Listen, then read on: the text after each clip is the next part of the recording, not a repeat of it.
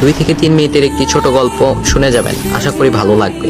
একটি ছেলে খুবই সাদাসিধা ছিল। সে একটি দোকানে চাকরি করত। ছেলেটির বেতন ছিল মাত্র 5,000 টাকা। ছেলেটির দোকানের সামনে দিয়ে প্রতিদিন একটি মেয়ে স্কুলে যেত। মেয়েটি প্রতিদিন বোরকা পরে যেত, কিন্তু প্রায়ই মুখটা খোলা থাকতো। একদিন হঠাৎ করে ছেলেটির নজর পড়লো মেয়েটির দিকে। এভাবে বেশ কয়েকদিন যাবার পর মেয়েটি বুঝতে পারলো ছেলেটি তাকে লক্ষ্য করে। মেয়েটিও বাঁকা চোখে ছেলেটির দিকে তাকাতে শুরু করলো।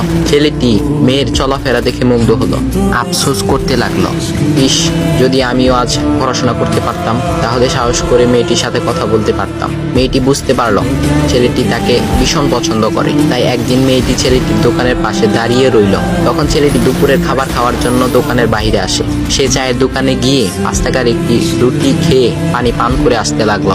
তখন মেয়েটি তার কাছে গেল। তুমি ভাত খেলে না, রুটি দিয়ে পেট ভরবে?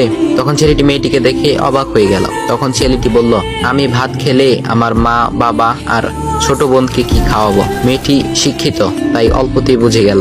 সে হাত ধরে বলতে লাগলো, তাহলে তুমি যে আমাকে পছন্দ করো, আমাকে কি খাওয়াবে? তখন ছেলেটি বলল, আমি তো তোমাকে আপন করে পাওয়ার জন্য দেখি না, কারণ সে যোগ্যতা আমার নেই। তবে এটা সত্যি যে তোমাকে দেখলে আমার খুব ভালো লাগে, তাই দেখি। মেয়েটি ছেলেটির কথা শুনে চোখের পানি ধরে রাখতে পারলো না। সে বুঝে গেল ছেলেটির চরিত্র ও ভাবনা অনেক সুন্দর। সেদিন মেয়েটি চলে গেল। বাসায় গিয়ে রাত্রিবেলা মেয়েটি অসুস্থ হয়ে পড়ল। পরে তাকে ডাক্তারের কাছে নিয়ে আসা হলো।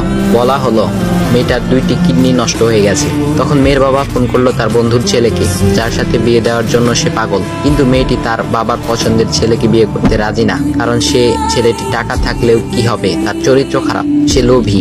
এদিকে মেয়েটির কোনো লোভ ছিল না। যাই হোক, হবু জামাই আসার পর তাকে সব খুলে বলল, তোমার থেকে একটি কিডনি খুলে আমার মেয়েকে দাও। তুমি তো বলছো আমার মেয়েকে তুমি অনেক ভালোবাসো, তাকে পেলে তুমি ভালো হয়ে যাবে, তাহলে আজ পরীক্ষা দাও। তখন ছেলেটি বলল, আমি আপনার রোগা মেয়েকে বিয়ে করতে পারবো না।